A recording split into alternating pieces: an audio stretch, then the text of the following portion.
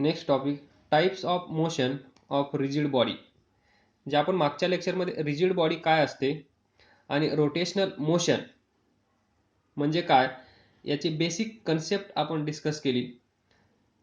तर त्यापुढे हा next topic types of motion of rigid bodies. We have basically 3 types of motions. First, pure translational motion.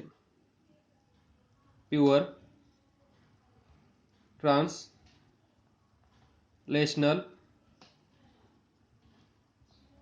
motion. Second, pure rotational motion. Rotational motion. Last, combine translational and rotational motion. तर पहा pure translational motion म्हणजे काय, यालाच आपण म्हणतो linear motion. समजा हा particle असेल, हा पार्टिकल असा स्ट्रेट लाईन मध्ये जात असेल, तर या पार्टिकलची जी मोशन आहे त्या मोशनला आपण काय म्हणतो, लिनियर मोशन. आणि त्यालाच आपण ट्रान्सलेशनल मोशन म्हणतो. पण केव्हा, इथे पहा सिंगल पार्टिकल आहे, एकच पार्टिकल मूव्ह होत आहे, त्यावेळेस त्याला आपण बेसिकली लिनियर मोशन म्हणतो या पार्टिकलची. पण सिस्टम ऑफ पार्टिकल्स पहा, इथे एक पार्टिकल आहे, इथे एक पार्टिकल आहे, इथे एक पार्टिकल आहे, इथे एक पार्टिकल आहे, हा पार्टिकल लिनियर मोशन करतोय, हा पार्टिकल, हा पार्टिकल, हा पार्टिकल, याला काय म्हणतो आपण, system of particles. System of particles, त्यावेळेस याला म्हणणार आपण translational motion. Otherwise basically both are same. ही लिनियर मोशनच आहे, ही पण ट्रान्सलेशनल मोशन आहे.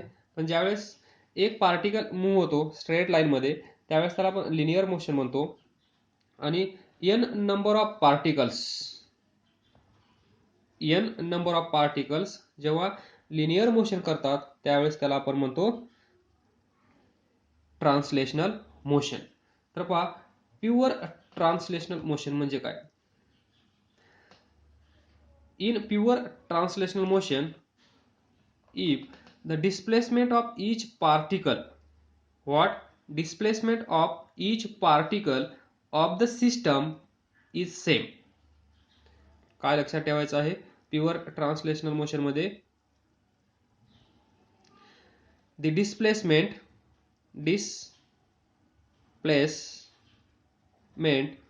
of each particle of system is same. म्हणजेच काय पहा, ही एक बॉडी असेल, ही बॉडी काही वेळेनंतर इथे आली, समजा हा ए पॉइंट आहे, हा बी पॉइंट आहे, हा सी पॉइंट आहे.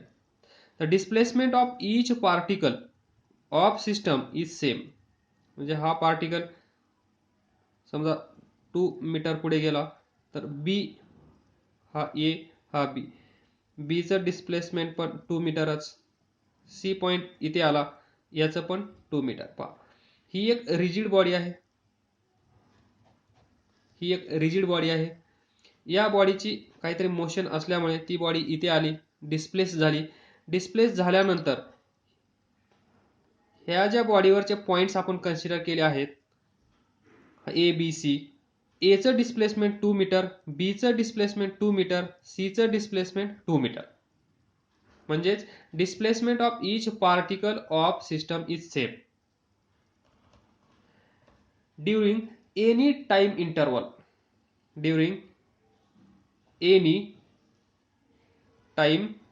इंटरवल.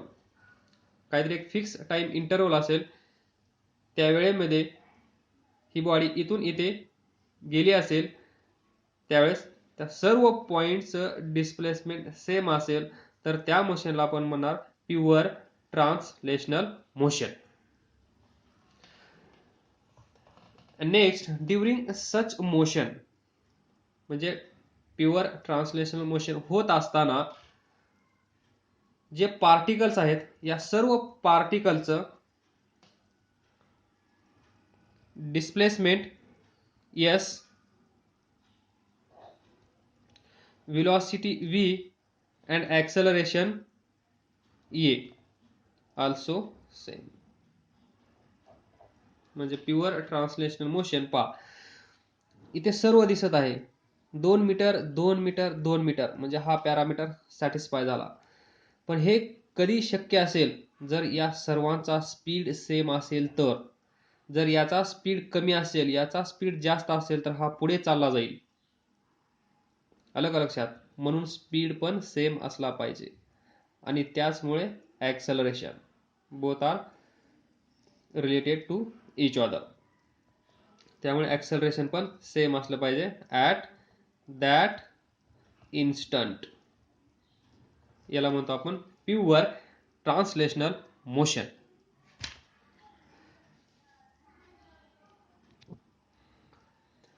प्युअर रोटेशनल मोशन आपण पाठीमागे डिस्कस केली आहे मागच्या लेक्चरमध्ये.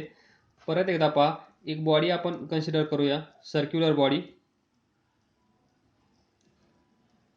हा स्पियर आहे असं कन्सिडर करा. काय आहे? स्पियर. तर पहा स्पियरवर एक पार्टिकल इथे कन्सिडर करा, एक पार्टिकल इथे कन्सिडर करा, एक पार्टिकल इथे कन्सिडर करा, एक पार्टिकल इथे आणि एक पार्टिकल इथे. तर पहा ज्यावेळेस हा पार्टिकल असा फिरत असेल ही मोशन, त्यावेळेस हा पार्टिकल इथे सर्क्युलर मोशन करेल, हा पार्टिकल इथे सर्क्युलर मोशन करेल, हा पार्टिकल इथे सर्क्युलर मोशन करेल, हा पार्टिकल इथे सर्क्युलर मोशन करेल, हा पार्टिकल इथे सर्क्युलर मोशन करेल. आणि सर्व पॉइंटचा एक कॉमन सेंटर असेल. तो सेंटर जॉईन केल्यानंतर आपल्याला काय भेटते? Axis of rotation. बॉल घ्या, बॉलला फिरवा, ट्विस्ट करा असं थोडंसं. फिरवल्यानंतर त्या बॉलवरचे प्रत्येक पॉइंट जो सरफेस असेल त्या बॉलचा तिथे तुम्ही डॉट द्या, A, B, C असे नावं द्या या पॉइंटला. स्पियर हा A पॉइंट, हा B पॉइंट, हा C पॉइंट, हा D पॉइंट आणि हा E पॉइंट. हे सर्व पॉइंट्स काय करतील? या ॲक्सिसच्या अराउंड एक सर्कल कंप्लीट करतील. त्याला आपण सर्क्युलर मोशन असं म्हणतो. आणि त्या सर्वांचा एक कॉमन सेंटर असेल त्याला आपण ॲक्सिस ऑफ रोटेशन म्हणतो. तर ही जी मोशन असेल त्याला आपण काय म्हणतो? Pure rotational motion. तर प्युअर रोटेशनल मोशन मध्ये काय लक्षात ठेवायचं आहे? each particle has same angular velocity. Each particle has same angular velocity. म्हणजे हा असा फिरत असेल, याची ओमेगा काहीतरी असेल, ती angular velocity omega is equal to theta by t or d theta by dt. For all particles A साठी अँग्युलर वेलोसिटी जी असेल तीच B साठी असेल, तीच C साठी असेल, तीच D साठी, तीच E साठी. सर्व पॉइंट्स त्या स्पियरवरचे जेवढे आपण कन्सिडर केले आहेत त्या सर्व पॉइंटची अँग्युलर वेलोसिटी सेम असते. कुठे? Pure rotational motion. Then every point of the body moves in a circle whose center lies on the axis of rotation. Each particle of this body moves in a circle whose center lies on axis of rotation. And त्यावेळेस and one more thing, angular displacement theta for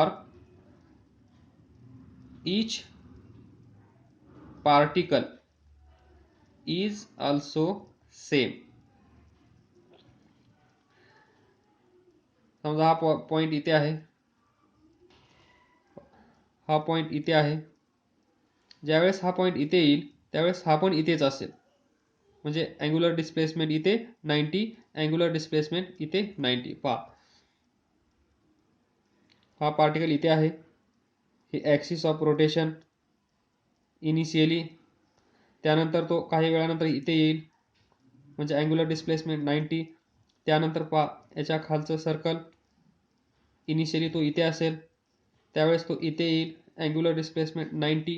म्हणजे each particle has same angular velocity and each particle has same angular displacement also. Such motion is called as pure rotational motion.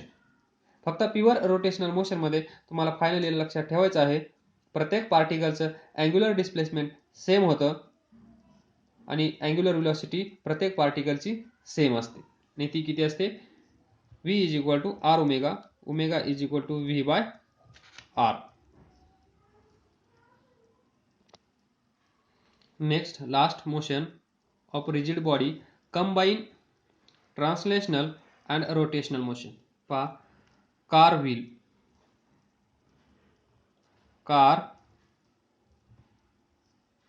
Wheel axis of rotation इथे ए point आहे असं consider करा, इथे बी point आहे. काही वेळानंतर after some time हे wheel कुठे असेल? इथे. तर पहा,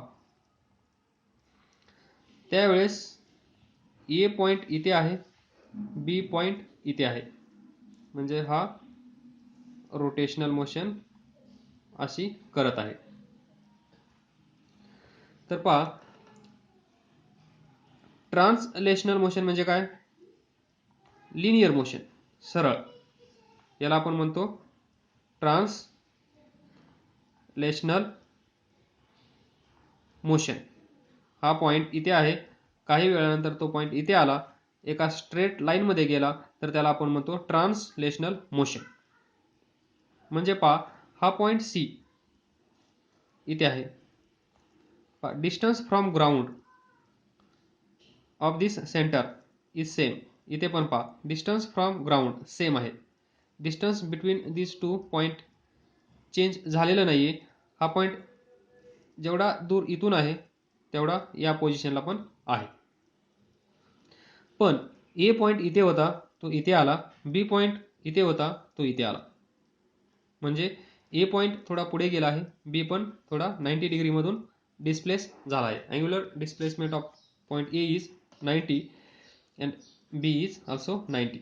We have seen in rotational motion, angular displacement is same in rotational motion of each particle, and angular velocity is also same in rotational motion. Here is combination of these two motions.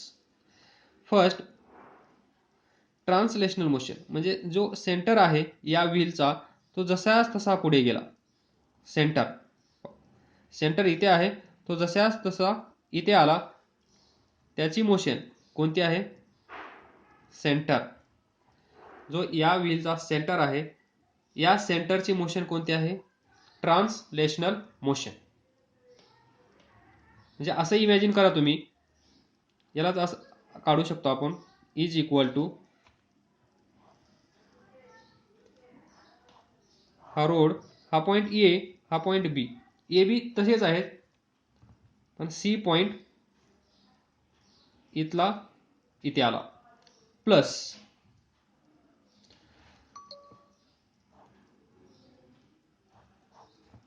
A point इथे आला आणि बी point इथे आला. पहा, ही जी motion आहे, हा point C इथे आहे, हा ए इथे, हा बी इथे, हा ग्राउंड. तर पहा, कॉम्बिनेशन ऑफ ही मोशन कोणती आहे? As it is. पहा, ए इथे आहे, ए इथे आहे, बी इथे आहे, बी इथे आहे, सी इथे आहे, सी इथे. As it is copy paste झाला आहे इथे. म्हणजे इथला पॉईंट इथे आला ॲज इट इज लिनियर.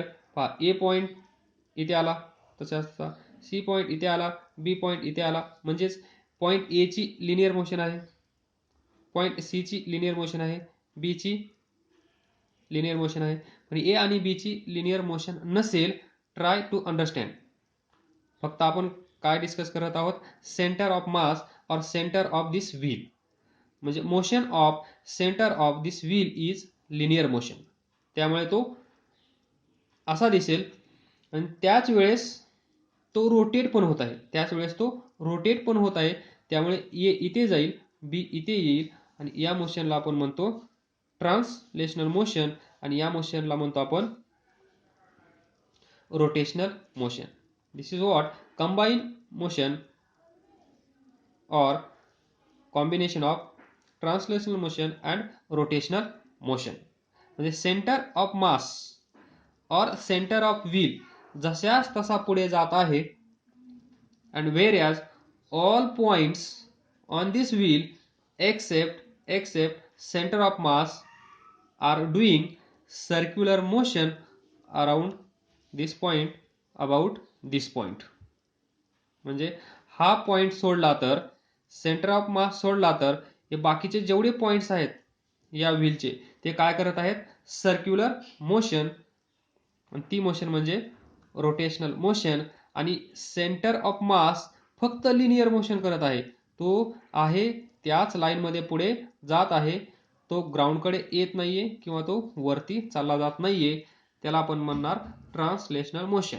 म्हणजेच एक्झाम्पल जे आहे, कार व्हील किंवा ट्रेनचे व्हील किंवा कुठल्याही व्हेकलचे व्हील, ते जे आहेत ते चांगले एक्झाम्पल आहेत combination of both of these motions, translational motion and rotational मोशनचं कॉम्बिनेशन. आपल्याला फक्त हे पाहायची सवय लागली, हा पार्टिकल आहे इथून इथे आला किंवा हे आहे रोटेट होत आहे, आणि यालाच आपण काय म्हणतो,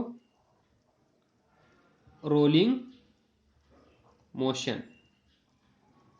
रोलिंग मोशन जी कंबाईन मोशन असेल, ट्रान्सलेशनल मोशन आणि रोटेशनल मोशन जर दोन्ही एका ठिकाणी असतील तर कोणती मोशन होत असेल, त्यालाच आपण म्हणतो rolling motion.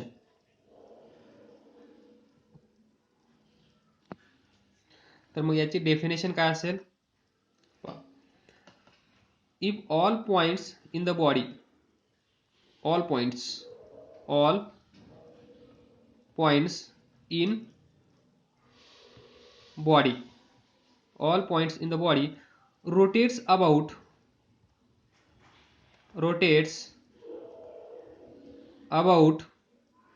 an axis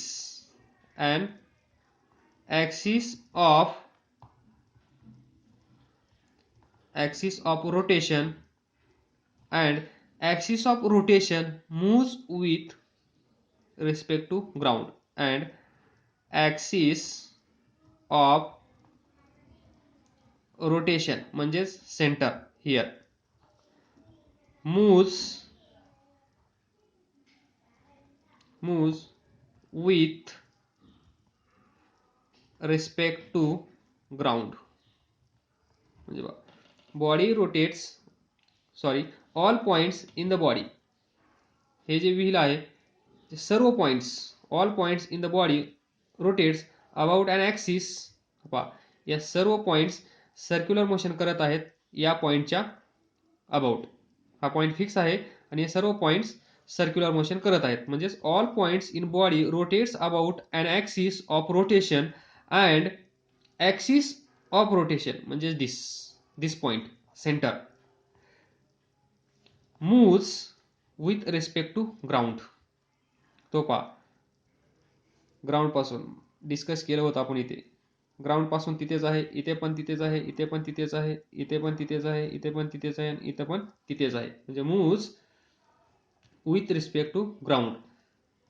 This is what combined translational and rotational motion. Thank you.